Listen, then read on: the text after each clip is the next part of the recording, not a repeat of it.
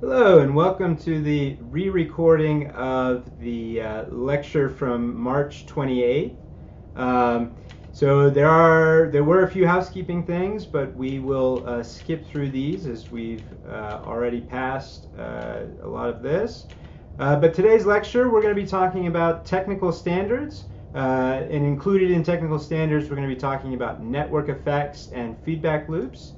We're going to be talking about cost structure of high-tech firms, first mover advantages and disadvantages. Then we'll talk about technological paradigm shifts, this idea that's often referred to as disruptive innovation. And we'll end the lecture with some of my concluding thoughts on technology.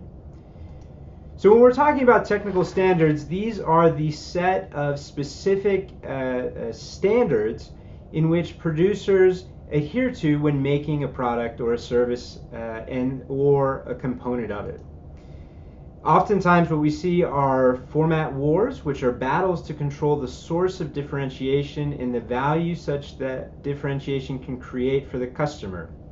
So a great example of a format war is the battle between VHS and Betamax. It was two different technologies that essentially allowed for home video viewing. Although there were some minor differences between these two, they both emerged at around the same time and provided customers with generally the same benefits, but were incompatible with each other, in such that if you had a Betamax player, you couldn't play a VHS tape in it, and vice versa.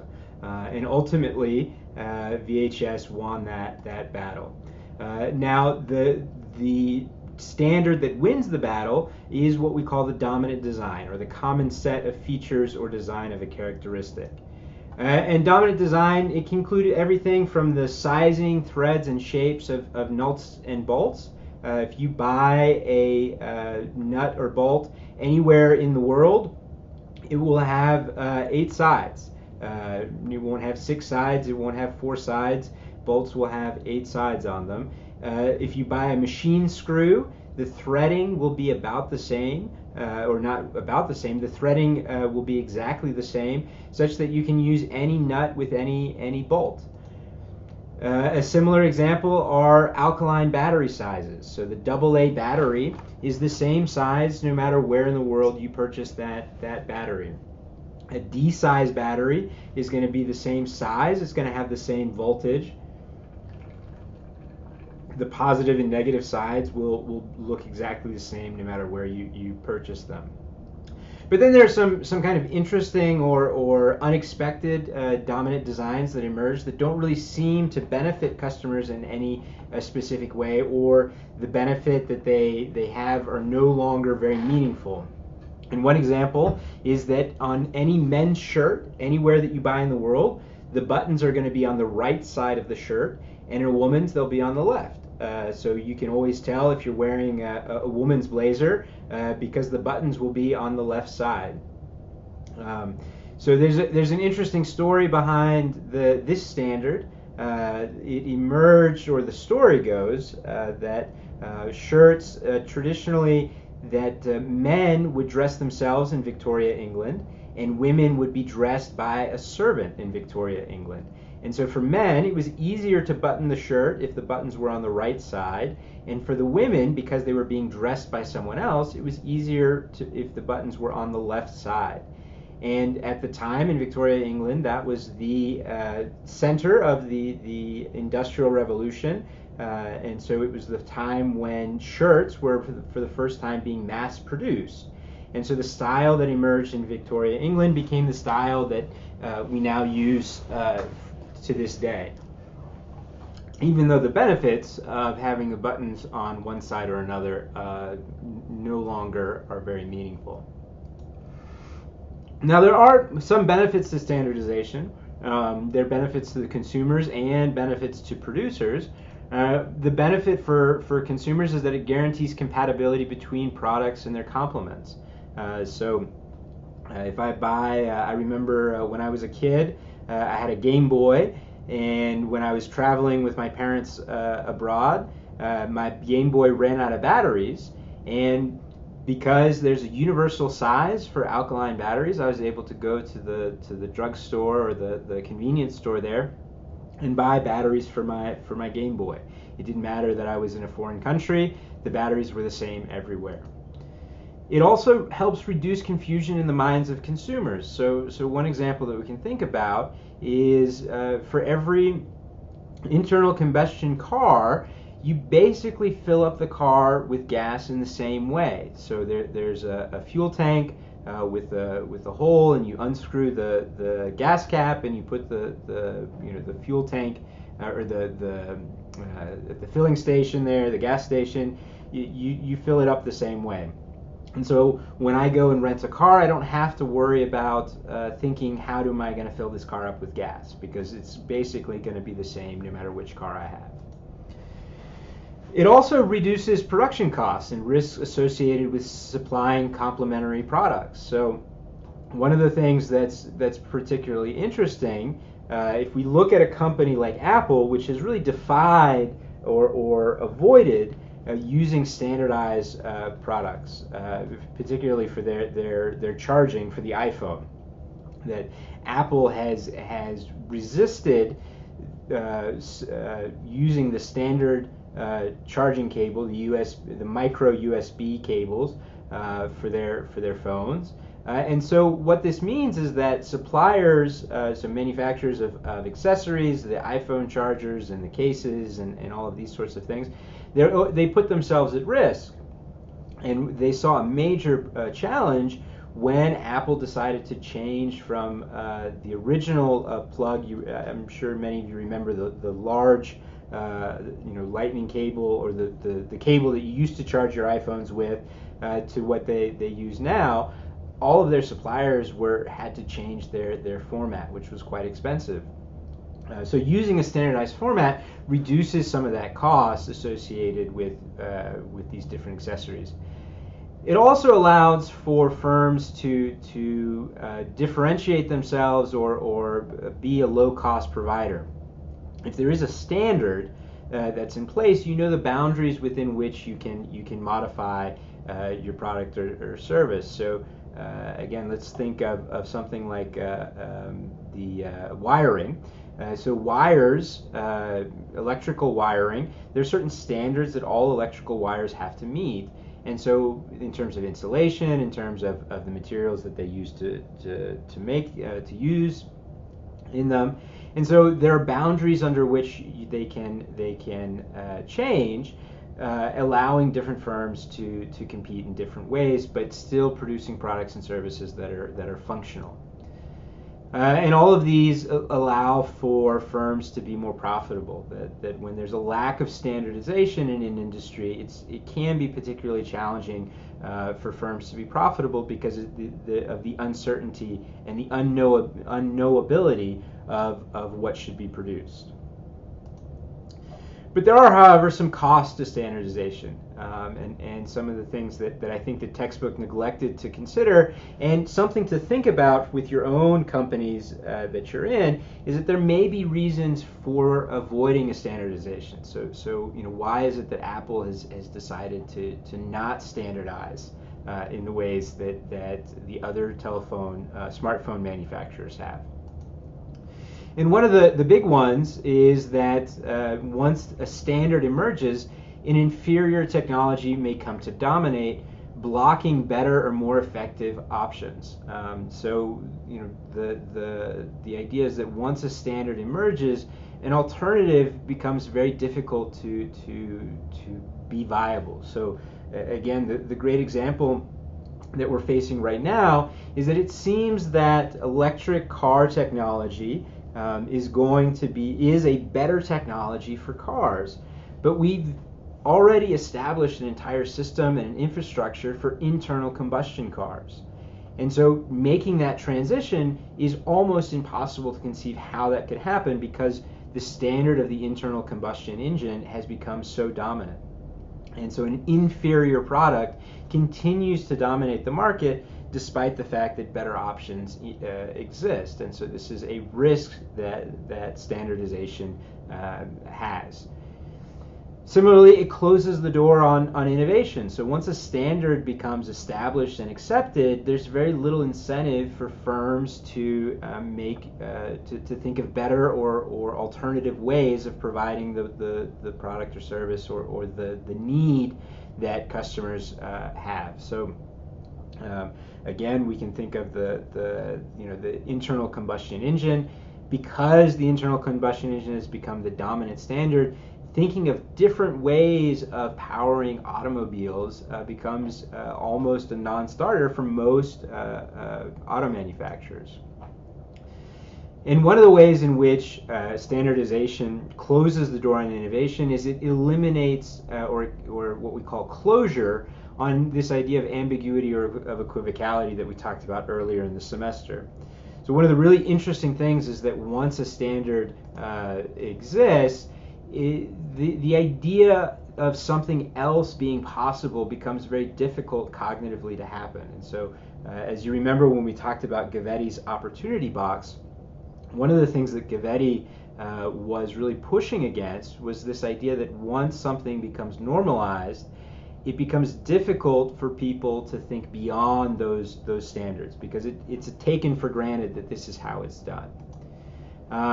The other problem is that a standard is often perceived as the best option rather than seeing it as simply the best option currently being used, that it satisfies. It's not that it's the best, but it's the least worst.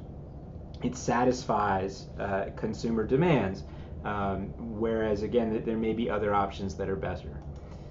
Another problem with standardization is that it reduces variance in the marketplace, and so this is akin to reducing genetic diversity in a species in biology. And we know that one of the things that is problematic when there's little genetic diversity in a species is that if there's an illness or a sickness, all of the species are susceptible to it. Whereas if you have variance, that you're able to resist a bit of that disease.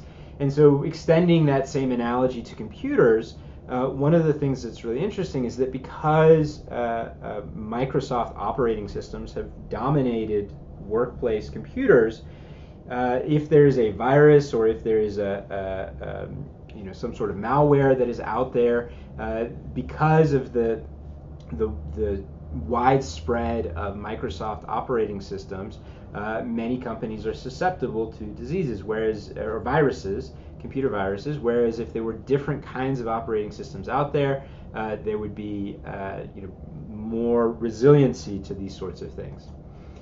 Another problem with standardization is that it makes it more difficult for non-traditional or niche customers to find what they need. So, for example, if you are producing an electronic device, and before these new batteries, batteries came out, and alkaline batteries were still the dominant battery, and you needed a different space for your battery, you were really out of luck. It was going to be very difficult to find a supplier, or very expensive to find a supplier to manufacture a different shaped battery for you. But one of the interesting things now is with some of the 3D printing and the customization manufacturing processes that we talked about earlier in the semester, that producers and consumers have potentially a lot more options. And the thing that's interesting that we've seen is much less standardization occurring across the marketplace. That we're seeing, for example, in different sorts of computer technology and digital technology, that I like to write in a word processing software called Melee, and I can very easily convert my Melee documents to a Word document to share with my collaborators. And so this need for standardization is becoming less and less dominant as there's more options available. Now, how do standards emerge? the standard, the argument in the textbook is that a standard emerges in an industry when the benefits of establishing the standard are recognized, and sometimes that benefit is that it's the superior product. Sometimes the benefit is that there's an opportunity that the manufacturers themselves have created. So it's not necessarily that standards emerge when the best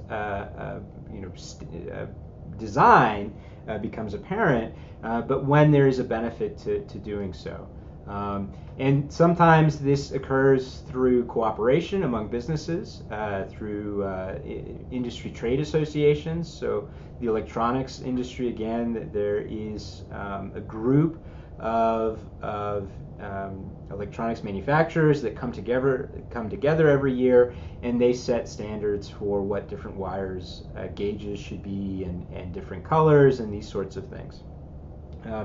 There's a lot of interesting discussion right now around the USB standardization, and there's a nonprofit that exists that develops and sets the standards for USB cables that then extends that out to different manufacturers. And one of the concerns, or one of the questions that's emerging, is that because technology is improving so quickly, that new standards for USB cables are coming out faster than producers and manufacturers can profit off of setting up manufacturing facilities to produce the USB cables. So if every 2 years a new USB format emerges, can manufacturers really, or are they going to be interested in manufacturing the new USB cables? So USB-C is the newest standard format for USB cables, and now they're talking about a USB-C 2 cable. Now, the USB-C 2 cable is apparently supposed to be twice as fast, allow for twice as much data to transfer over the cable than the USB-C cable, which is already something like 40 times faster than the traditional USB cable. But manufacturers are pushing back. They're saying, hey, we just retooled and redesigned for the USB-C cable. We're not ready yet for the USB 2. And so there's been some discussion about holding off on launching or making public the USB-C 2 cable. But that's the nonprofit that is funded by the USB-C and electronics manufacturers industry that sets those standards. There are also situations in which governments set standards, particularly when it relates to safety issues. So we see this a lot in construction. So in residential construction, there are certain standards that all homes have to meet. You have to have your studs for your walls only so far apart. There's only certain wire gauges that you can put in your house. So you have to have 120 volts for all your plugs. They all have to be the 2-prong or 3-prong. So these standards, and typically governments get involved when there's a safety implication. So when deviating from the standard could lead to an unsafe situation. But if a government sets a standard, that standard falls into the public domain, and any producer can do it, or use it. So, for the electronic plugs, you can't patent an electronic. There's no company that could have had a patent on the electronic plug, because it became the set standard, and so the design was open and available to everyone. And so public domain, it's simply a company can freely incorporate the knowledge and technology in which the standard is based into its products. Another example is seatbelt design. So there's certain standards that exist for seatbelts in cars, and so any company is allowed to have access to the knowledge of how you put a seatbelt in a car. Now, another way in which standards emerge are through network effects. And network effects are the set of complementary products as a primary determinant of the demand for an industry product. And a great example of network effects, we typically, or most often, we see them in platforms, but we see them in other places as well. but the platform is a good way to explain it. So if we think about social media, so if we think about Facebook, one of the benefits of using Facebook is that all of my friends are on Facebook. And so if I want to use my own social media platform, so Alex's Happy Place, the problem with using Alex's Happy Place as a social media platform is that none of my friends are on Alex's Happy Place.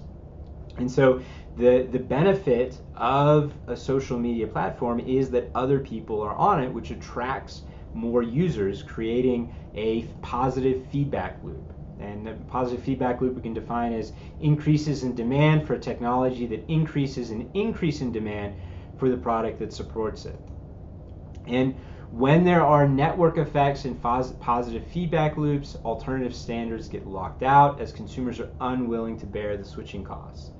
So let's think about this positive feedback loop in the context of VHS. So VHS, if I'm a producer of VHS tapes, what's going to happen is if there's if there's already a large number of consumers that are using VHS tapes rather than the Betamax, I'm going to be interested in supplying more movies for the VHS market.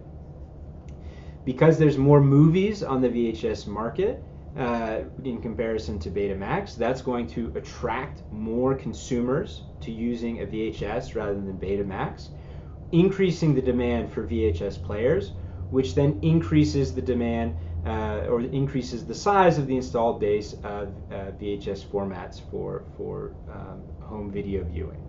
And so this is a positive feedback loop that emerges because of the demand itself is what makes it an attractive format or standard. So how do you win this format war? Making network effects work in one's favor and against competitors. So an interesting story about VHS and Betamax. The VHS was actually the inferior technology in comparison to Betamax. The Betamax it lasted longer. VHS, but both of them were magnetic. They used magnetic strips in order to record the data. The Betamax lasted a little bit longer. It was less likely to get tangled up. But what the VHS the studios that released videos on VHS rather than Betamax, one of the things that they were really clever in doing is really encouraging the video rental stores. So stores like Blockbuster, if you remember Blockbuster. So stores like Blockbuster that would rent videos for people to watch at home, they encouraged and incentivized the video rental stores to have VHS over the Betamax. And so as a consumer, when I was thinking about which one that I wanted to buy, a VHS player or a Betamax player, I knew that there were more VHS tapes at the video rental store than the Betamax, which made it more interesting for me to have a VHS player, which then made it more interesting for studios to release videos on VHS, creating this network and positive feedback loop. Another way that you can win or helping win a strategy war is to build up the installed base for the standard as rapidly as possible.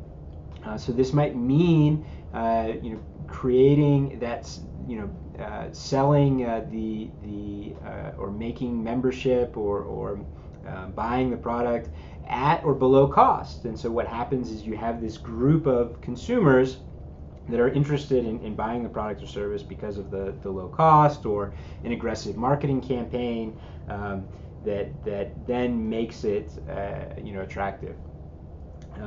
So one of the things that's really interesting right now, one of the examples of a standard war that's going on right now is in the ride-sharing industry. So you have two different platforms, which we may understand as two different standards, Lyft and Uber.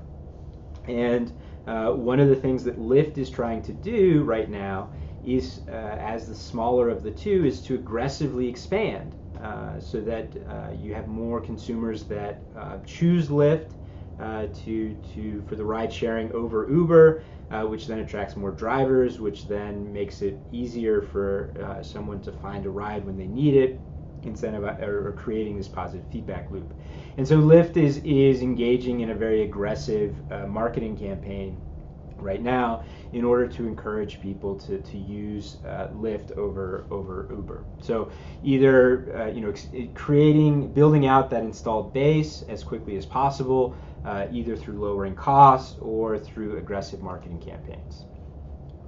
Also ensuring a supply of complements, so making sure that that there's a standard, that a lot of different producers use that standard. So one of another interesting standard war that's going on right now is the audio streaming standards. So there are a couple of different technologies that exist in order to stream audio over Wi-Fi networks.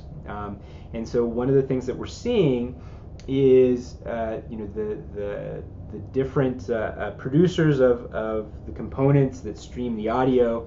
They are each aggressively trying to work with home audiovisual manufacturers to get their standard on their products. So if you buy a Pioneer receiver, or if you buy the Sony receiver, you'll see that there's different streaming or technologies embedded in it, and that's an example of the complement. Now, leveraging killer applications, I was a little confused by what they meant in the textbook, because they define it as applications or uses of a new technology or product so compelling that customers adopt them in droves, killing competing formats.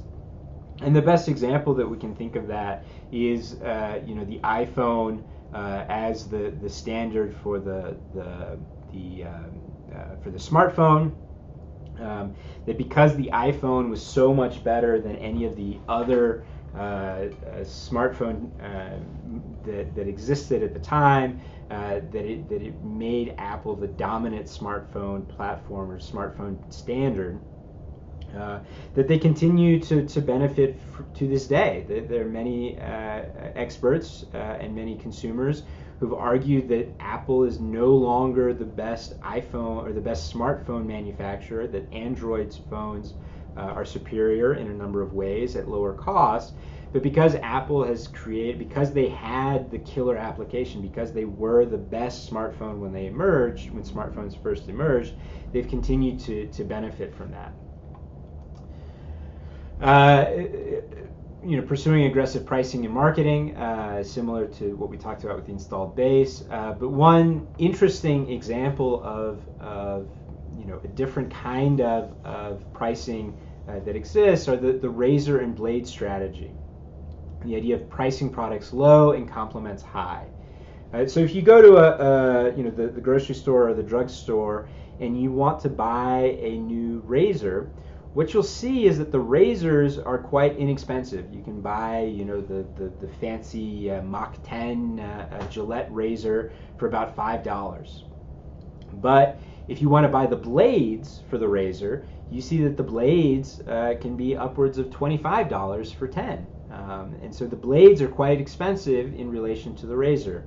And the idea that these companies are doing is they want you to buy into the standard, and so then you're locked in to purchasing the complements, and then so the company will lose money on the product, but they'll make up and actually gain a great deal of money on the complements.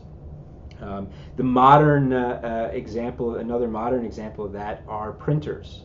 So printers, I'm always fascinated that for $100 you can buy this amazing printer that does all sorts of fancy things, and that's because the HP and the other printer manufacturers don't really make money on their printers. Where they make money is on selling the ink for their printers. So the idea is that if you buy a printer, you're going to keep that printer for 4 or 5 years, and so you're going to be buying lots of ink over that time. And so it's okay for the manufacturer to lose money on the printer as long as they make it up on the ink.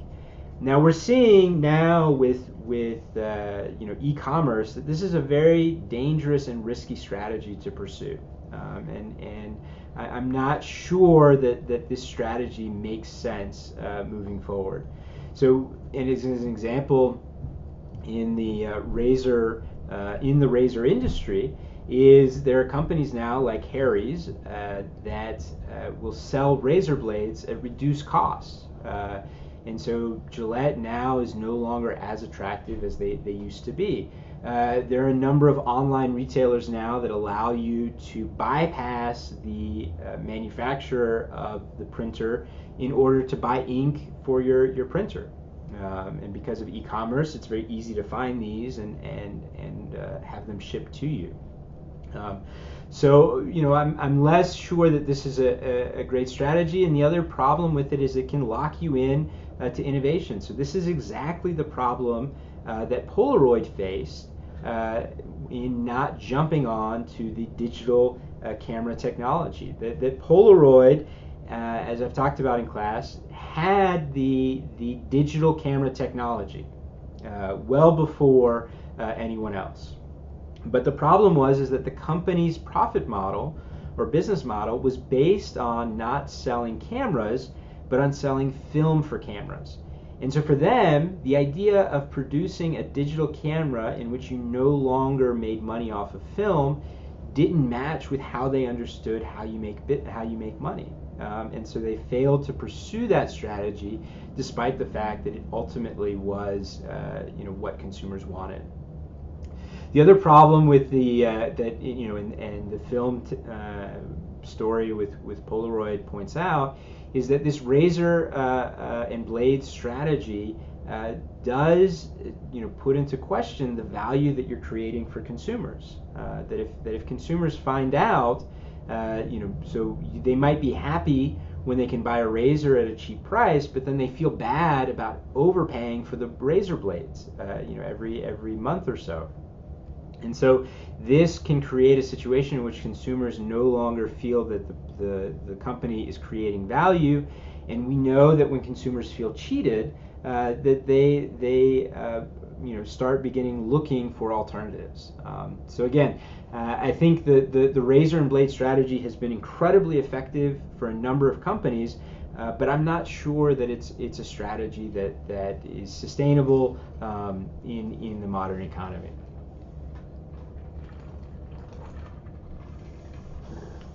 Now, another way in which firms can win the strategy war is by cooperating with competitors. So, one of the interesting examples of cooperation between competitors is Samsung and Sony with the flat screen TV industry. So Samsung and Sony, I don't know if they still do, but they used to share research and development technology. They had labs in which both Samsung and Sony engineers and designers worked together side by side. And the idea was that Samsung and Sony wanted to be the dominant design or the dominant technology for flat screen TV. And as we see today, Samsung and Sony, really pushed the LCD technology over the plasma technology, and LCD ultimately became the dominant standard. In part because of this cooperation that you had between competitors. Also, competitors, if you have three companies in an industry, rather than having three different standards, each competing with each other, if two of the companies cooperate, they may each have to share the spoils of war, if you will, but they'll be able to beat out the third. So it's a way in which competitors can work together. And then another way is licensing the format. So one of the smart things that Apple did very early on was they knew that they couldn't make all the software for the smartphone that they needed, and so they created a way for developers to write new software for the iPhone that made the iPhone more attractive. And they even created a store, a platform in which different developers could sell their software directly to consumers. Now, the costs in high-tech industry, they're very similar cost economics to what we've talked about previously. So they're high fixed costs and low marginal costs. But in the digital technology or the digital industries, this becomes exponentially larger.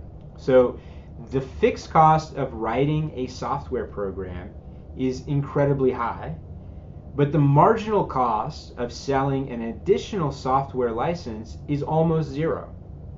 So if I have an ebook, it's going to take me a lot of time and effort and energy to write the book and proofread it and make sure all the formatting things are right. But once I've got the ebook, I can sell one edition of the book, or I can sell 1,000 copies of the book, and the marginal cost to me is almost zero, between 1 and 1,000. And so you have this exacerbated situation in which you're trying to spread out your marginal costs over the volume. And so the strategy is selling as high a volume as possible. So the law of diminishing returns, so the diseconomies of scale, don't exist for digital technologies. So we talked a little bit about if you try and produce more widgets, and you've only got so much factory space, at a certain point producing a digital widget costs more than the economies of scale. But with digital technologies, those don't exist. And so again, the profitability increases when a company shifts from a cost structure with increased marginal costs to higher fixed costs with lower marginal costs.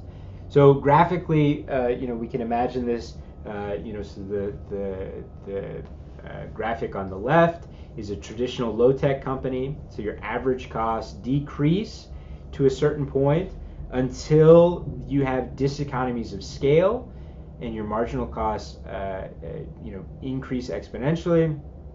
We're in a logarithmic, logarithmic line, and so you reach a point in which you no longer can produce more and benefit. However, in a high-tech company, your average costs continue to decline because your marginal costs are fixed. So it doesn't cost you any more to produce the second copy, and so the point at which you can profit is much higher than with a low-tech company. Now, first mover advantages.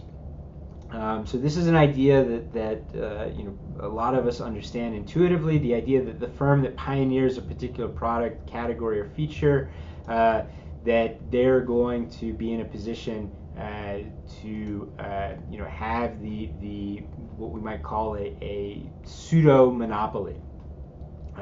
So if you have the creation of a revolutionary product, you are the only one that is operating in that space, and as we've talked about many times this semester, there are particular benefits in being in pseudo monopolies, particularly that if you don't have the competitive forces pushing down prices, you can capture more value. And so this is the first mover advantage. Now, there are first mover disadvantages. This idea that the competitive disadvantages associated with being first in an industry space. The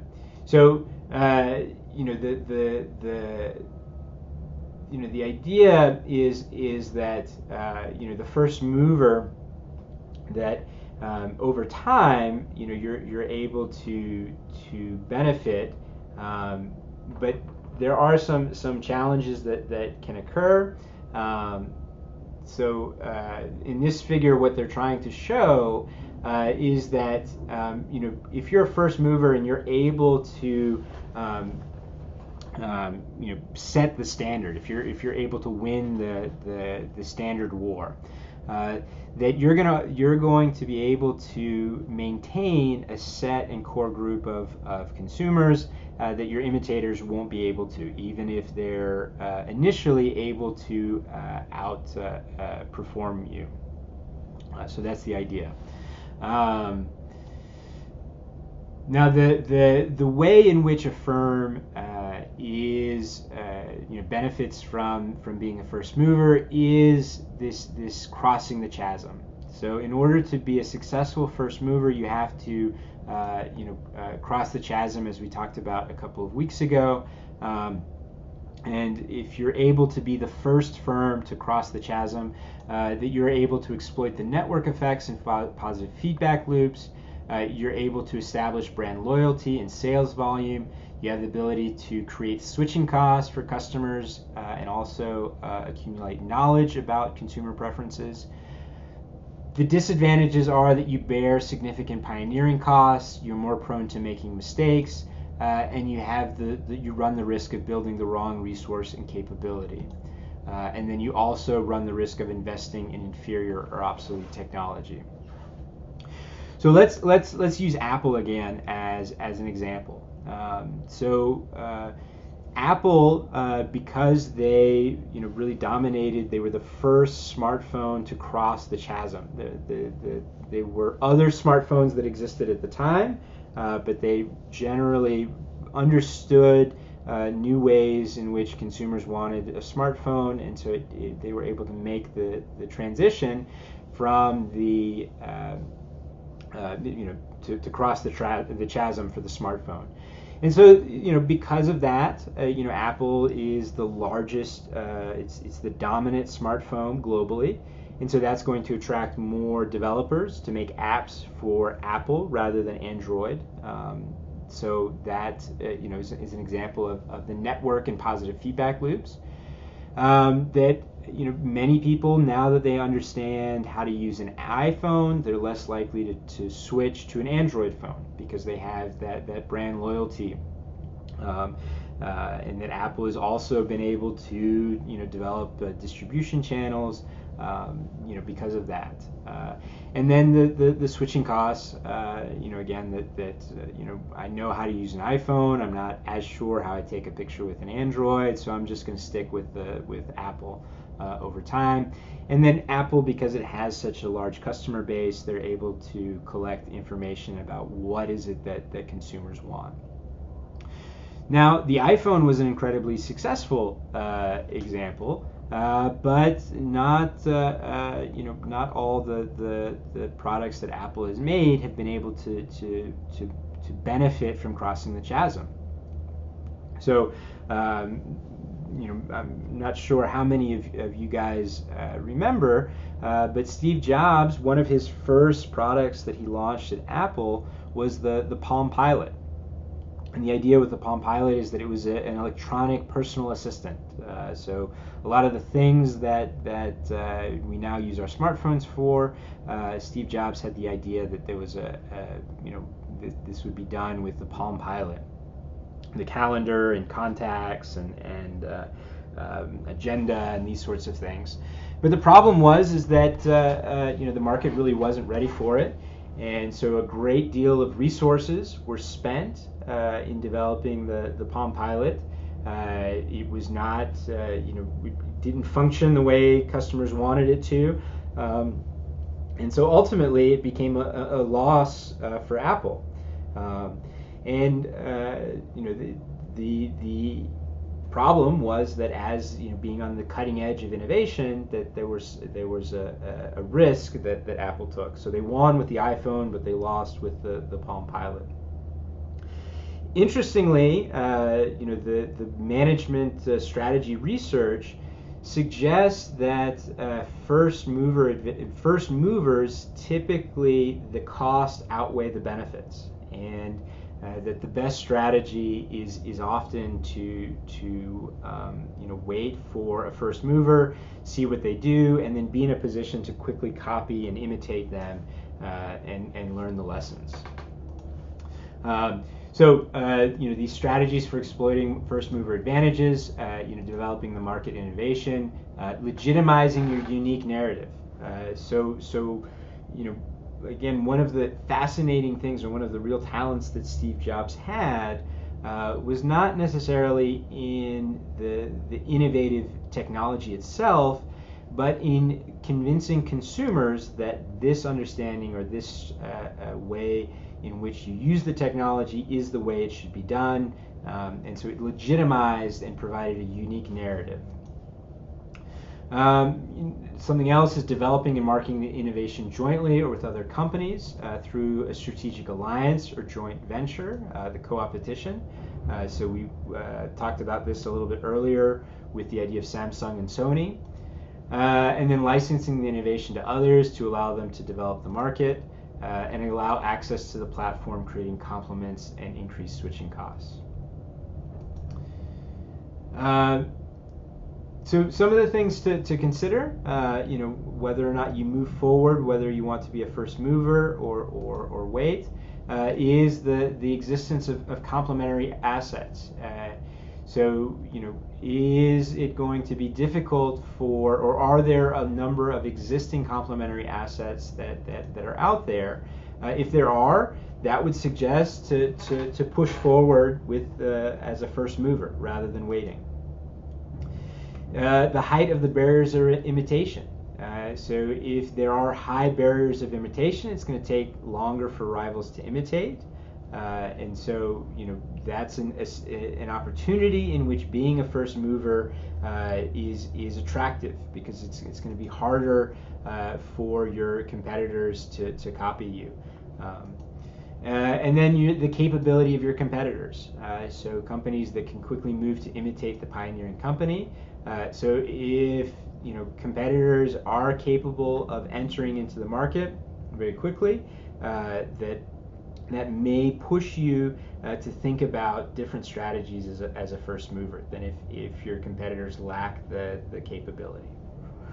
So one of the interesting things that you find is that many companies have a great deal more innovation that they've developed, that they've researched, and that they're ready to launch, that they actually hold back on before letting out into the market.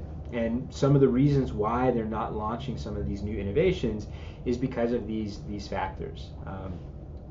Another factor that may influence when a company would launch is the specific market in which they're looking to attract. So we know that generally over time with new technology, that performance increases. So when a new technology emerges, its performance can be quite low, and that it increases over time. And so depending on the market that you're looking to attract, you may hold off or launch. So an example of this is in the camera technology. So the initial digital camera technology was really quite poor, and particularly poor when in comparison to traditional film cameras. And so it took a very long time for the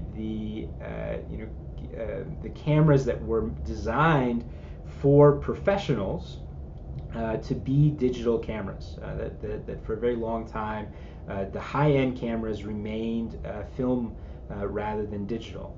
And so it was only when the digital technology over time had increased its performance to be comparable with the film technology that you started to see high-end cameras use digital technology. Now, another idea that this textbook talks about are the technological paradigm shifts. And these are shifts in new technology that revolutionize the structure of the industry. They dramatically alter the nature of the competition. And they require companies to adopt new strategies for survival. And so the disruptive technology that people like to point to is Amazon's e-commerce model that has pushed all of the other retailers to rethink how they sell their products, that brick and mortar stores are no longer viable alternative to Amazon, and so it's this disruption of the retail industry. We talk about all different kinds of other examples of disruption that occur. And the idea is that if you are on the leading edge of a disruption, that not only do you dominate the space, but you actually eliminate all of your competition. So really creating this pseudo monopoly.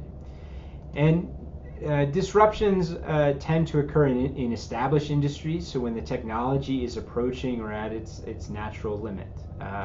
And so new disruptive technology enter the market and invade the main market.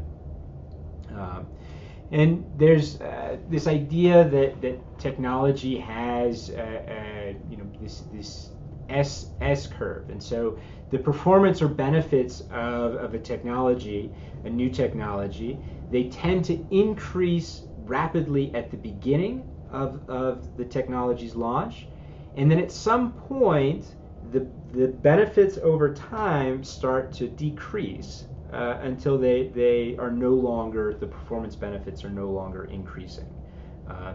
So the inflection point is where that shift occurs. And what we see is that there's so if we look at technologies over time or consumer demands over time, so the consumer demand of transportation, the established technology of the horse and buggy, that there was, when the horse and buggy was first invented, it was a dramatic increase over walking or simply riding a horse. At a certain point, there were no longer as many benefits through innovation of the horse and buggy that could occur. There was only so much, better wheels or better bridles or that you could develop, and so the benefits started to decrease.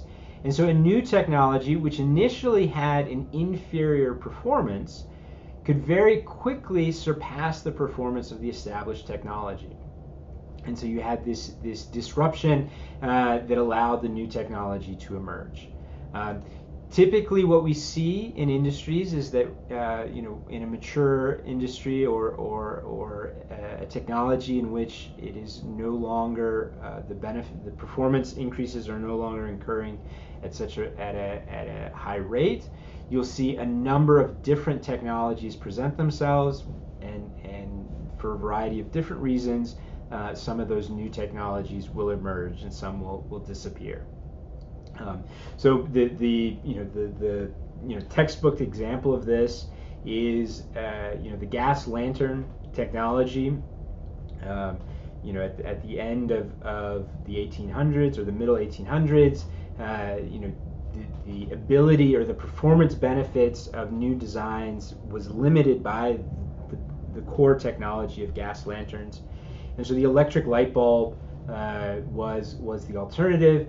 There were a number of different kinds of electric light bulbs, and ultimately the Edison filament light bulb emerged as the dominant design. But there were many different kinds of designs that existed for the electronic light bulb. So the strategic implications of disruption is being aware of how disruptive technologies can revolutionize the market. So a lot of the traditional media companies were really caught off guard by internet and social media, and it caused a steep decline and bankruptcy for a number of incredibly well-known and established media outlets. So when I was a kid growing up, Newsweek was where people got their news. I remember every week we got Newsweek sent to the house, and it was how my parents caught up on the news. Newsweek no longer exists as a company, in large part because they failed to understand how digital news was going to change the marketplace. This idea of disruption also means that companies need to invest in new technologies, that they need to be willing to take those risks. So because Polaroid wasn't willing to make the sorts of investments in digital camera technology that they ended up losing out. The New York Times, by contrast, they have invested heavily in their website and in their online media presence, and they have remained and have really established themselves as a dominant news source in the 21st century, in large part because of their willingness to invest in these new technologies. So one way that this can be done is by creating autonomous operating divisions solely for the purpose of launching disruptive technologies. So, again, one of the Polaroid story, the challenge was that you had senior management that didn't understand or didn't value the disruptive technology because it went against everything that they had done for their entire careers. And so maybe if at Polaroid they'd had a division that was allowed to pursue that technology, Polaroid would still be one of the dominant camera manufacturers today. The strategic implications for new entrants. So if you're an innovative, disruptive firm, you don't face the pressures to continue the existing out-of-date business model. You also don't have to worry about established customer bases, relationships with suppliers and distributors. And you can focus your energies on the opportunities offered by the new disruptive technology. You do face some questions about whether you want to partner or go it alone. So what we see, a very interesting decision for a lot of technology startups is, do you want to get bought out by a larger company, or do you want to continue to push your idea and your vision forward? And it seems that that decision is it can be strategic.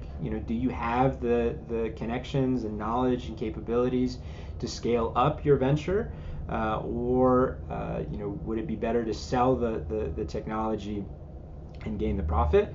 But it's also a moral decision that companies have to make, because this is the challenge is that sometimes established companies buy startups in order to squash the technology, in order to make sure that technology doesn't disrupt their industry.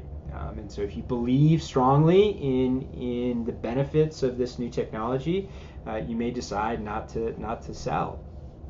Or if entrepreneurs or inventors may have a particular vision of how they'd like to see their technology being used, and the best way to maintain that control is not to sell. It's a interesting dilemma that entrepreneurs often face. But I do want to end on some of my thoughts on high tech. So as I've shared a couple of times over the course of the semester, my area of research is on rural entrepreneurship, and so I'm maybe somewhat biased. I'm not I'm not a Luddite. I'm not against technology. But I do have some critical concerns about what I'll call our cult-like affinity for high tech in business. The first is that unfortunately we've gotten to a place where it really seems that all of our attention is on high tech, and I understand the attraction and appeal of high tech business. It's a high growth area. There are significant profit margins that can be gained here, and it's been argued that much of the GDP growth in the United States over the last 10 years has been due to growth in the technology sectors, and that traditional industries have not grown nearly as much as high tech. So there is some real legitimate reasons to be interested in high tech, but it's also important to keep high tech into context. That high tech, it's still only a small part of the U.S. economy. Right now, high tech only, in the widest definitions possible, is only about 12% of employment, and only half of that high-tech employment is in high-tech firms. Half of the high-tech employment is in traditional manufacturing. So people using CADs and advanced manufacturing equipment, those sorts of jobs. So it's really only about 6% of U.S. employees are involved in kind of what we think about when we think about high tech, and that's a relatively small segment of the economy.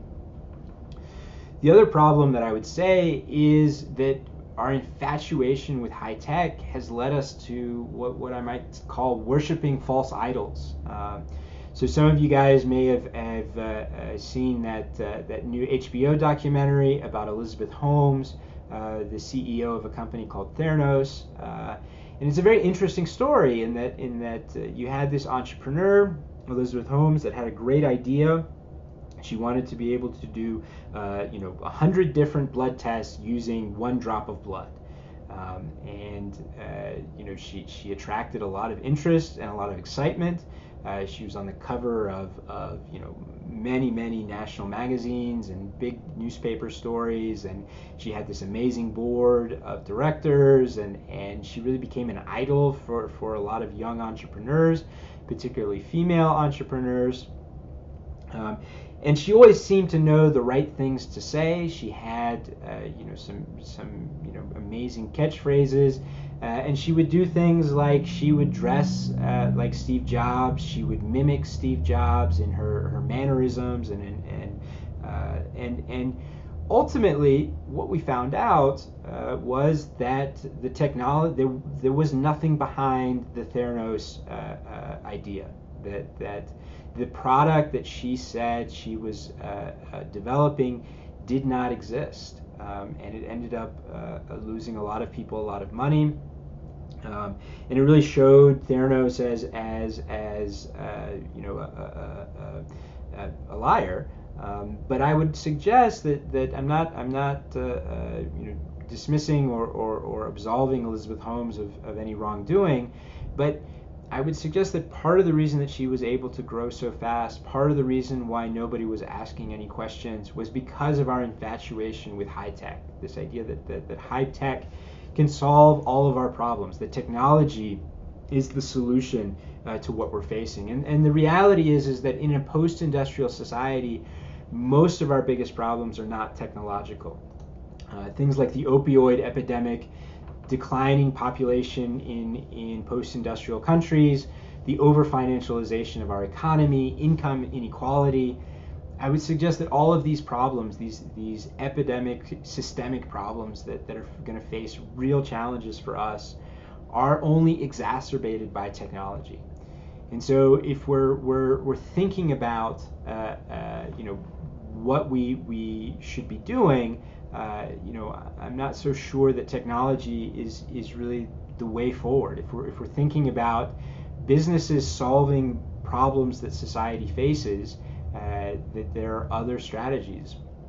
And I would suggest that even in industries that have traditionally been dominated by technology, that the real advances and the real opportunities are non-technological. And the two examples that I think of are general health and mental health. So what we know about psychiatric care is that the kind of push for medicine, the medication to treat mental health is not working. It's not that it's not working, but the gains are quite small. However, the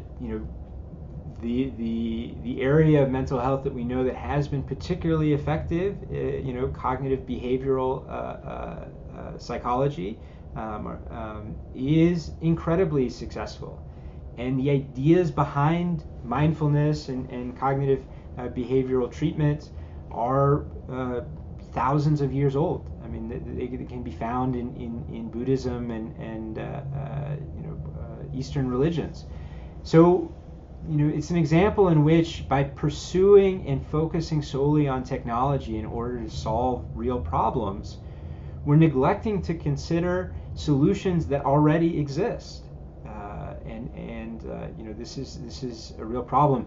Similarly with general health, there's this long-standing idea that if you get sick, you want to go to a hospital in a big city, and if you go to a rural hospital, you're likely to come out worse than you were when you came in.